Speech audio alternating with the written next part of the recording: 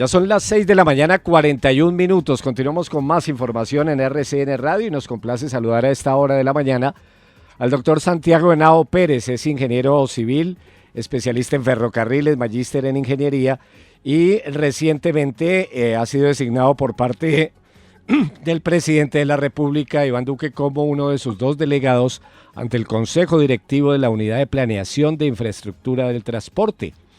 Doctor Santiago Henao, nos alegra saludarlo. Muy buenos días.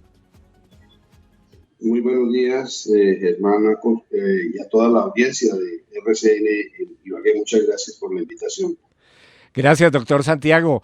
Esta unidad de planeación de infraestructura de transporte, iniciemos contándole a nuestros oyentes básicamente cuál es su función, en qué consiste.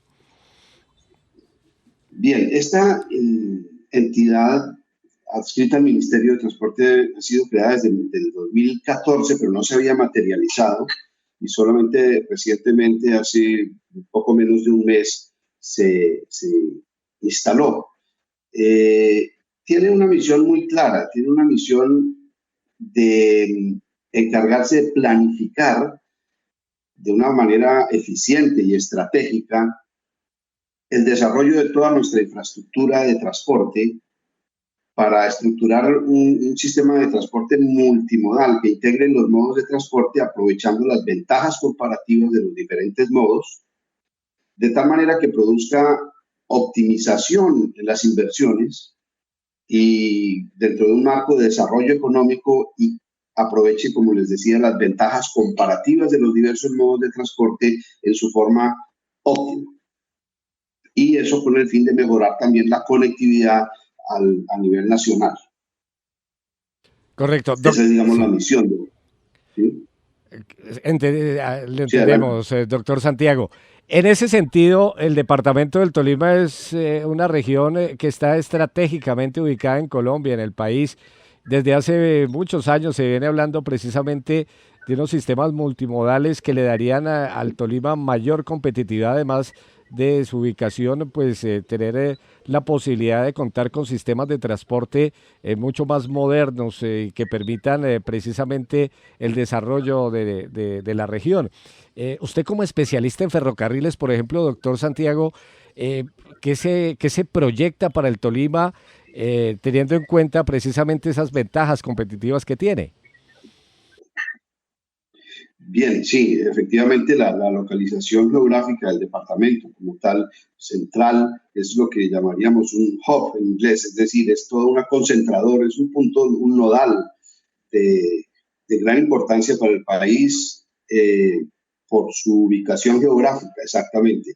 Entonces, el ferrocarril, desafortunadamente, en esa zona que viene del Huila y pues ha estado muy interrumpido su operación y se desestimó prácticamente, pero hay que buscar su recuperación.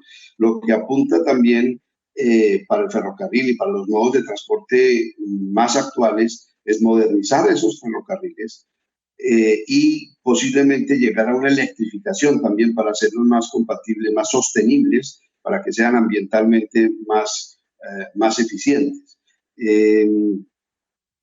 Podríamos decir que el ferrocarril es ideal justamente en esos terrenos planos, donde es más competitivo, para sobre todo la vocación de la carga que va por ferrocarril, es una carga que debe ser voluminosa o pesada y de preferencia a largas distancias. Entonces estamos hablando de distancias de 400, 500 kilómetros o más kilómetros, que es la salida a nuestros puertos del Atlántico o posiblemente también a los puertos del Pacífico. Como a manera anecdótica, cuando se empezó a construir el túnel de la línea hace ya más de 80 años, pues se comenzó para un túnel ferroviario. Iba a ser un túnel ferroviario para una salida al Pacífico, pero eso también se abandonó y pues posteriormente ya sabemos que el túnel que se construyó es un túnel carretero.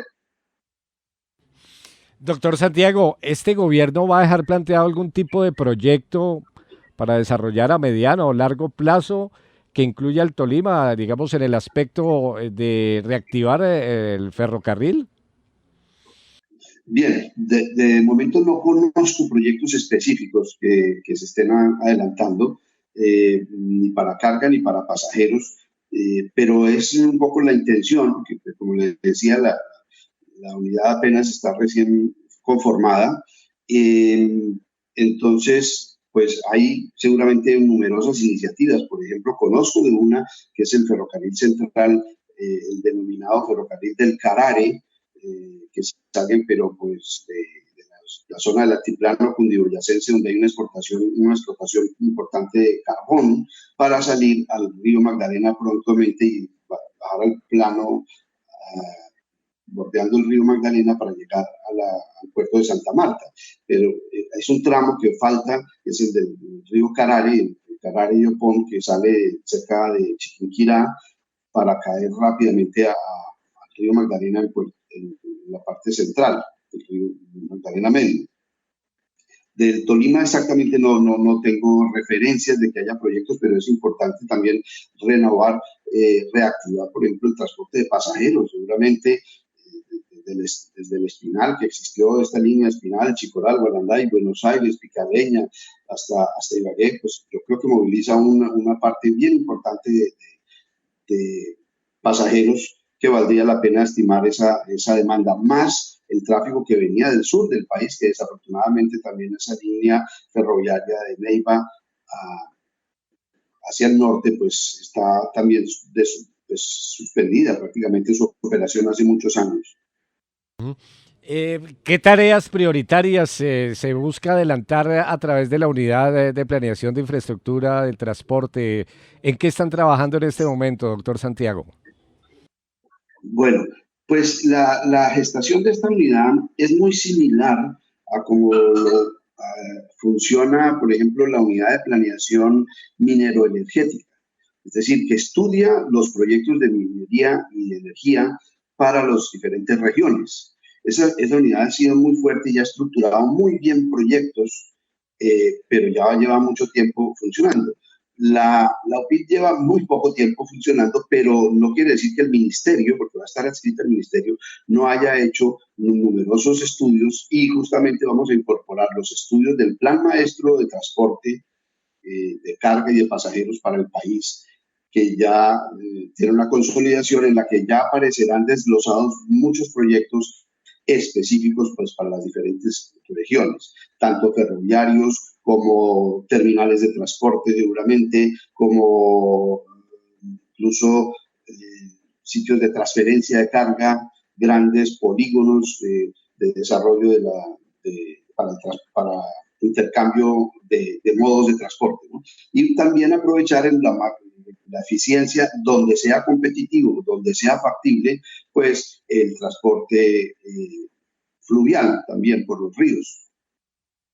Así es, doctor Santiago, hace algunos años se proyectaba y quedó desafortunadamente como muchos proyectos en borrador y en el papel de potencializar, por ejemplo, el municipio de Flandes, que tendría las características de un puerto multimodal. Había cuenta que es un puerto sobre el río Magdalena, cuenta con una terminal aérea y lógicamente es uno de los puntos referenciados en estas grandes obras de infraestructura en materia vial. ¿Hay algún tema relacionado con Flandes que se pueda reactivar, por ejemplo? Es interesante eso porque pues hay una vocación ahí bien turística, bien importante, como les digo, solamente que hay algunos aspectos de la navegación fluvial pues que tienen sus limitaciones, sus restricciones del calado de las embarcaciones sobre todo.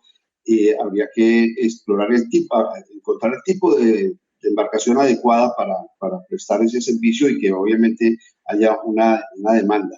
Incluso el río Magdalena va a tener unas inversiones bien importantes y va a mejorar su dragado y se van a mejorar las condiciones de navegación. Entonces, eso está contemplado ya en el presupuesto del ministerio. Y justamente lo que buscan la planeación es eso, invertir bien los recursos, coordinar bien con diferentes entidades e instituciones para que la demanda se satisfaga y para que los proyectos queden bien estructurados y no pues evitar eso que llamamos elefantes blancos que se hacen sin estudios suficientes, sin estudios previos, y con los detrimentos patrimoniales correspondientes. Correcto. Y doctor Santiago, finalmente hablamos todos los días de proyectos 4G y ahora ya se habla de proyectos 5G. ¿Por qué no ilustramos un poco a la gente la diferencia de estas dos modalidades en materia de infraestructura vial?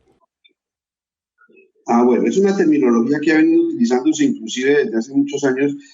Empezamos con las carreteras de primera generación, las autopistas de primera generación. Era algo que se daba por concesión, eran las concesiones de primera y segunda generación. El ministerio directamente las adjudicaba y era que garantizaran un tráfico mínimo. Posteriormente ya pasaron esas construcciones y entonces se empezó a hablar de la cuarta generación y de manera análoga o similar un poquito a la telefonía celular de 4G y 5G, pero la cuarta generación son vías de dobles calzadas, es decir, autopistas verdaderamente con un separador central, de manera que permite mucho más volúmenes de tráfico, una mayor capacidad vial, hace una oferta mayor de velocidad y de capacidad en cuanto al número de vehículos. Esas son las grandes carreteras que se denominaron 4G, que están prácticamente terminándose en este periodo de gobierno, y las que se están estructurando hacia el futuro las han denominado de quinta generación, con mejores especificaciones en intercambios, sobre todo en el paso de las ciudades. En los pasos de ciudades habría que hacer algunas variantes para no interferir el tráfico urbano con el tráfico de larga distancia. Esa es un poco la definición de lo que se viene haciendo. Muy bien, pues doctor Santiago Henao Pérez, integrante del Consejo Directivo de la Unidad de Planeación de Infraestructura del Transporte, le agradecemos el haber compartido estos minutos con la audiencia de RCN Radio, conocer un poco el trabajo de la unidad y ojalá tengamos muy buenos proyectos a futuro en los que esté incluido el departamento del Tolima. Muchas gracias, hermano, y a toda la audiencia de RCN. Y con seguridad, sí, es un departamento muy próspero y un departamento de una gran producción agrícola, industrial, inclusive. Entonces, muy seguramente se tendrá en cuenta en todos los planes de transporte. Claro que sí, muchas gracias. 6:53. Más hechos, más información. RCN Radio.